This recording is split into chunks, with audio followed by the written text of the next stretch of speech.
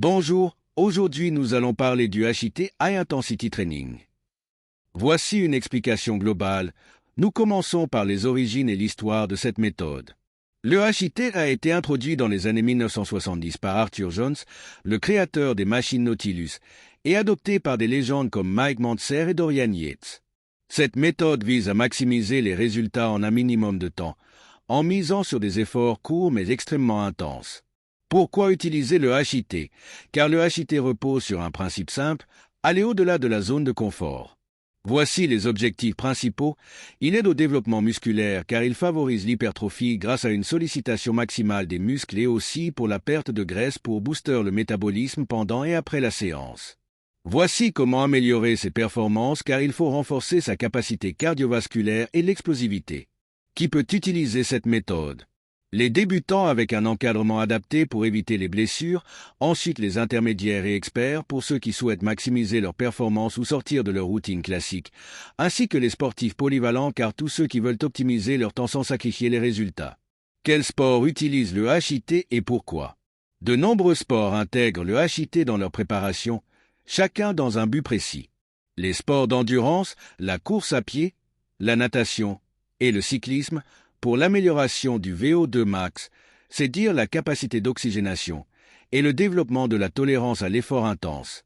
En un, les sports collectifs comme le football, le rugby, le basketball, dans un but d'augmenter l'explosivité pour les accélérations et les changements de direction, ainsi pour améliorer la récupération entre les phases de jeu intense. En deux, les sports de combat comme la boxe, le MMA pour gagner un gain de puissance et d'endurance, pour améliorer la résistance à la fatigue sur de courtes périodes de haute intensité. En 3. Les sports fonctionnels comme le crossfit et le triathlon, pour une amélioration de la polyvalence physique et la préparation aux efforts imprévisibles et diversifiés. Voici une explication des muscles et fibres sollicités durant un entraînement en HIIT, les fibres musculaires qui seront activées, principalement les fibres rapides type 2, car ils sont responsables de la force et de l'explosivité. Les fibres lentilles sont aussi sollicitées dans les phases de récupération active. Maintenant, nous allons passer aux groupes musculaires concernés. Cela dépend du choix des exercices, mais le HIIT peut être conçu pour travailler tout le corps, le haut c'est-à-dire les pectoraux, le dos et le bas les quadriceps et les ischio-jambiers. Ensuite, pour la prise de muscle ou la perte de graisse. Voici une explication pour la prise de muscle. En utilisant des charges lourdes et en optimisant la récupération, le HIIT favorise la croissance musculaire et pour ce qui est de la perte de graisse, l'intensité du HIIT augmente la dépense calorique et active l'EPOC, c'est-à-dire la consommation excessive d'oxygène post-exercice, en favorisant la combustion des graisses même après l'entraînement. Maintenant, je vais vous expliquer l'adaptation du HIIT et ce qu'il est efficace dans presque tous les sports nécessitant la force, et l'endurance ou l'explosivité. Le HIIT est adapté aux jeunes et aux seniors, mais il est essentiel d'ajuster l'intensité pour éviter les blessures. Voici un exemple du programme HIIT. Ce programme HIIT orienté full body est adapté à tout niveau. On commence par un échauffement de 5 minutes. En 1, on court en statique avec genou-poitrine pendant une durée de 1 minute. En 2, on fait des mouvements de cercle de bras et des squats légers sur 4 séries. Une fois l'échauffement fini, nous passons à l'entraînement.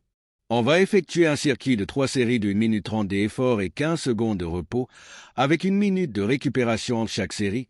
Voici les exercices à effectuer à la suite donc, burpee, squat jump, mountain climber et pompe. Une fois fini, on passe en gainage dynamique, passé de gainage classique à gainage sur le côté. Ensuite, faites des sprints en fractionnés de 30 secondes de sprint et 40 secondes de marche, répétez 5 fois. Une fois terminé, étirez-vous pendant 10 minutes pour la récupération musculaire sans mettre de tension sur les muscles pour éviter les déchirures musculaires. Concentrez-vous sur les quadriceps, les ischio-jambiers et les épaules. Ce programme est un exemple raccourci simple d'utilisation. Pour avoir plus d'informations sur l'utilisation du HIIT, vous pouvez nous contacter sur CS Coaching Performance 46.